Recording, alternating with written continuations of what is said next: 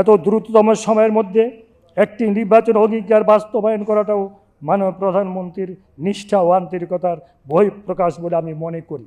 হিসাবে 4,908টি মসজিদ, 110 মন্দির, 144টি বৌদ্ধ মন্দির ও 316টি গির্জাকে মাসিক সম্মানের আওতায় আনা হয়েছে। বাংলাদেশ জাতীয়তাবাদী দল বিএনপি তাদের নির্বাচনী ইশতেহারে নির্বাচন অঙ্গীকার হিসাবে যে সকল প্রধান প্রতিশ্রুতি ঘোষণা করেছিল তার মধ্যে ধর্মীয় ও সামাজিক সম্প্রীতি সুদৃঢ় করতে সর্বধর্মের উপাসনালয়ের ধর্মীয় নেতৃবৃন্দের জন্য সম্মানী ফলের নির্যাস ও দুধের সমন্বয়ে পোলার টর্নেডো গ্রিন অ্যাপল আইসক্রিম। মন ভালো থাক। এবং প্রশিক্ষণ ভিত্তিক কল্যাণ বাবদ প্রশিক্ষণ ভিত্তিক কল্যাণ ব্যবস্থা করা অন্যতম একটি প্রতিশ্রুতি। এটি সম্পূর্ণরূপে মাননীয় প্রধানমন্ত্রীর ব্রেন চাইল্ড। বর্তমানে দেশে মসজিদ, মন্দির, গির্জা ও পেডোগা মিলে প্রায় 4 লক্ষ ধর্মীয় প্রতিষ্ঠান রয়েছে। আমাদের দেশের মতো এরূপ অর্থনৈতিক পরিকাঠামোয় দাঁড়িয়ে এই বিশেষ সংখ্যক প্রতিষ্ঠানের দায়িত্বরত ব্যক্তিদেরকে মাসিক সম্মানী ভাতার আওতায় আনা চিন্তা করাটা আমি মনে করি রীতিমতো দুঃসাহস। অন্য কোনো রাষ্ট্রনায়ক এইরূপ দুঃসাহস দেখানোর কোনো দেখাবে কিনা আমি জানি না, কিন্তু মাননীয় প্রধানমন্ত্রী জনাব তারেক রহমান সেই সাহস দেখিয়েছেন। এই জন্য আমরা সবাই ওনার জন্য দোয়া করি। রাজি আছে ভাই? দোয়া করতে রাজি আছি? আমরা সারা বাংলাদেশের ইমাম, মুয়াজ্জিন, খাদেম, অন্য ধর্মগুরু যারা আছে তাদের বিবেচনা অনুরোধ করব, আপনারা সবাই ওনার জন্য দোয়া করবেন। বিশেষ করে মুসলমানরা 2 রাকাত নফল নামাজ পড়ে ওনার জন্য দোয়া করবেন। আল্লাহ পাক যেন ওনাকে নেক হায়াত দান করেন, আল্লাহ পাক যেন ওনাকে হেফাজত করেন, আল্লাহ পাক যেন ওনাকে ভালো কাজ করার তৌফিক দান করেন। ফলের নির্যাস ও দুধের সমন্বয়ে পোলার টর্নেডো গ্রিন অ্যাপল আইসক্রিম।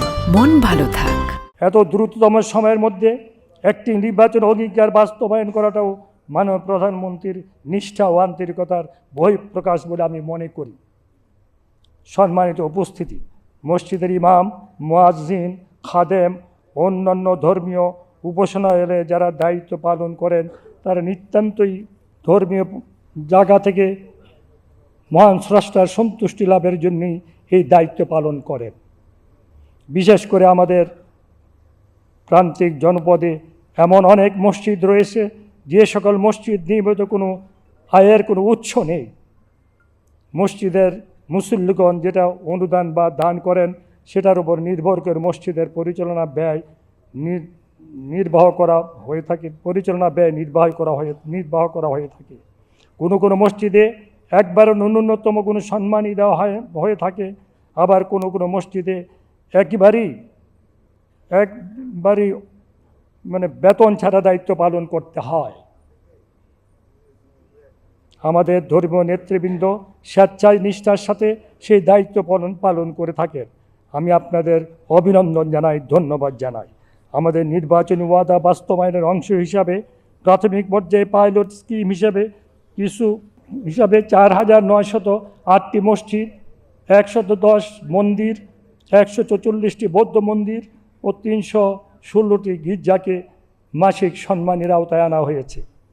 পরবর্তীতে 4 অর্থ বছরের পর্যায়ক্রমে দেশের সকল ধর্মীয় প্রতিষ্ঠান ও কার্যক্রমের আওতায় আনা হবে। আমি ব্যক্তিগতভাবে মনে করি মসজিদ ও ধর্মীয় উপাসনালয়ের নেতৃবৃন্দকে মাসিক সম্মানী দেওয়ার এই উদ্যোগ একদিকে যেমন মহৎ, অন্যদিকে এটি একটি উদ্যম বিনিয়োগ বটে। আমাদের দেশের অর্থনৈতিক ও উন্নয়ন গবেষকগণ এটা নিয়ে রিসার্চ করবেন। তবে একজন সাধারণ মানুষ হিসাবে আমি মনে করি মাননীয় প্রধানমন্ত্রী এই উদ্যোগ আমাদের অর্থনীতিতে বহুমুখী ইতিবাচক প্রচার ফেলবে ইনশাআল্লাহ।